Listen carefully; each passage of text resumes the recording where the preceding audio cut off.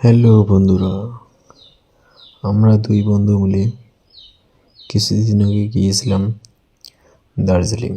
দার্জিলিং থেকে আসার সময় রোহিণীর পাশে অবস্থিত দার্জি ওয়াটারফল, সেখানে গিয়েছিলাম। তার কয়েকটি ভিডিও ফটো শেয়ার করলাম, দেখবেন সবাই কেমন হয়েছে। লাইক কমেন্ট শেয়ার করবেন।